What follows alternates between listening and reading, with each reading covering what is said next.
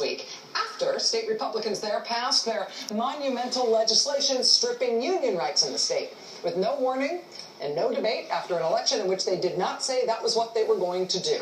That surprise attack legislation passed in such a breathless hurry that there are now lawsuits in the state over whether the bills that were passed illegally, whether they were passed in contradiction of the state's sunshine laws. They're also trying to figure out about whether the new union stripping laws in Michigan will apply to workers who work for the state government or whether they only killed the unions in the private sector.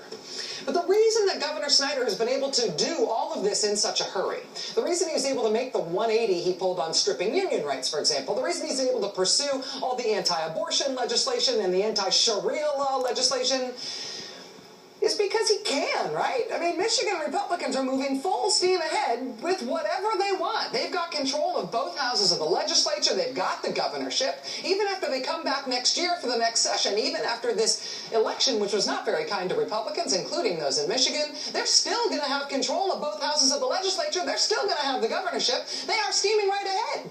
Republicans can do whatever they want in Michigan, now and for the foreseeable future, because, obviously, as you know, Michigan is a red state. A red state, Michigan. That's why Republicans get to say what happens there. See? Red state.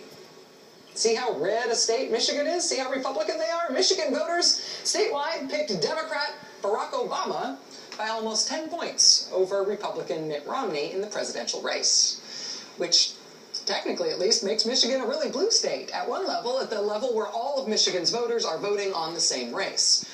I know it looks weird that Michigan is so blue in one way and so red in another, but I think that it looks weird because it is weird. I think it's weird by design. And look at this. In the last election, when they voted for new lawmakers in the Michigan State House, more people in Michigan voted for a Democrat than voted for a Republican. More people voted for a Democrat. But even with more people voting Democratic, the Michigan House ended up with more Republicans in it than Democrats. So in one sense, Republicans lost. They lost in the very traditional sense that they got fewer votes. But Republicans won what counted, which is control of the House, which is why they are now taking away union rights and abortion rights, and they can ban Sharia law if they decide that's a fun and important thing to do. The same thing happened when it came time to elect members of the U.S. Congress from Michigan. More voters in Michigan cast a ballot for a Democratic member of Congress than cast a ballot for a Republican member of Congress. And it was by quite a lot, by a couple 100,000 votes. Overall, more Michigan voters wanted to send a Democrat to Congress to represent them than wanted to send a Republican to represent them. Well, guess who's actually going to Congress to represent them? Yes, Republicans. Michigan's congressional delegation will include almost twice as many Republicans as Democrats, even though more people in Michigan picked a Democrat when they voted for Congress. Republicans got 9 seats and the Democrats got 5. What's happened in Michigan is not some sort of miscounting of the votes. It is not a mistake. It is weird quite deliberately and weird by design. Elected officials draw up new districts for electing members of Congress and state legislatures every 10 years after the new census. Well, Republicans were in charge this time around in Michigan, so it was the Republicans who drew up the maps. And so Republicans got themselves pretty good advantage.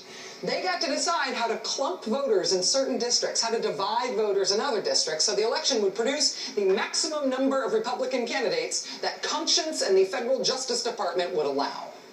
That same dynamic at work that we saw in Michigan, that same deal that played out there, it played out in other states too. It played out in Wisconsin, where Republicans were also swept to power in the 2010 elections, just in time for drawing up the new maps. Wisconsin, of course, voted for President Obama, for a second time, voted for President Obama by a lot. Also in Wisconsin, more people voted for a Democratic member of Congress than voted for a Republican one. More Wisconsin voters want a Democrat representing them in Congress, but they are getting more Republicans anyway. Next month, Wisconsin is going to send 5 Republicans to Congress and 3 Democrats.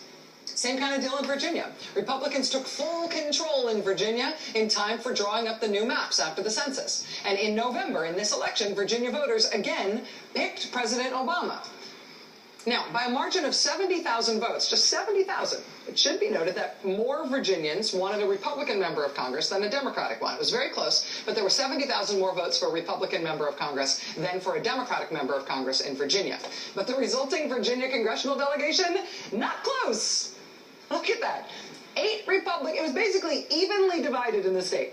But they're sending 8 Republicans and 3 Democrats to Congress, more than twice as many Republicans as Democrats. Also, in Pennsylvania, where Republicans took total control of that state in 2010, in time to draw up the new maps, well, Pennsylvania picked Barack Obama for president, again this time, again picked him by a lot. And more voters in Pennsylvania wanted a Democrat for their congressperson. But Pennsylvania will send 13 Republicans to Congress next month and only 5 Democrats. How about Ohio, where Republicans won the governorship and both chambers of the state legislature in 2010? Hey, it was a big year for Republicans in 2010, right? Well, this year around, Ohio quite memorably voted for Barack Obama a second time. It was Ohio that put him over the top for re-election, right? And that made Karl Rove crazy, right? Ohio went for Obama. Well, even so, there were more votes for Republicans in Ohio Congress there, in Congress there. Narrowly speaking, Republicans had the edge in congressional votes from Ohio voters, narrowly speaking. But look at who they're sending to Congress. Look at that. Not narrowly speaking. 3 times as many.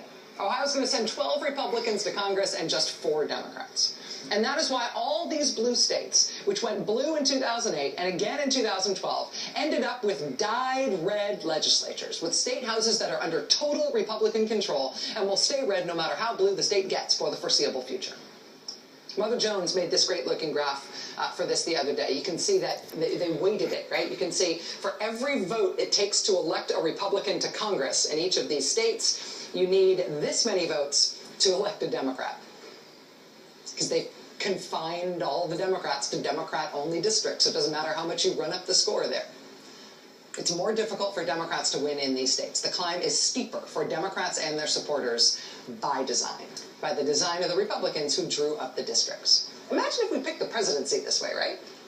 I mean, you can imagine what the country would look like if we picked the presidency using these same gerrymandered districts, right, that combined all of the Democrats in one little designated Democratic district so all the rest of the districts in the state could go Republican. Imagine if you didn't just pick state legislatures that way, and you didn't just pick congressional seats that way. Imagine if that is also how you picked the presidency. Republicans have been imagining that. Since the election, the Republican Secretary of State in Ohio has floated the idea of Ohio picking the presidency the way it picks its other elections. In Virginia, a Republican state senator in Virginia is proposing doing the same thing. Last year in Pennsylvania, the Republican Senate Majority Leader proposed doing the same thing. This year he proposed another version for how to do the same thing, using the same gerrymandered system that elects Republican majorities no matter how the vote goes, essentially. Imagine if we picked the presidency that way, in the same way that we pick these state legislatures and these congressional seats. How we draw congressional maps and legislative seats is politics, right? It's played by both sides for the advantage of their side whenever they can. What is different now is that Republicans are talking about crossing a Rubicon here that has never been crossed before. And in these states, there is not necessarily anything to stop them. This is not just going to be how we decide who goes to Congress. If they get their way, this will be forever how we decide who goes to the White House.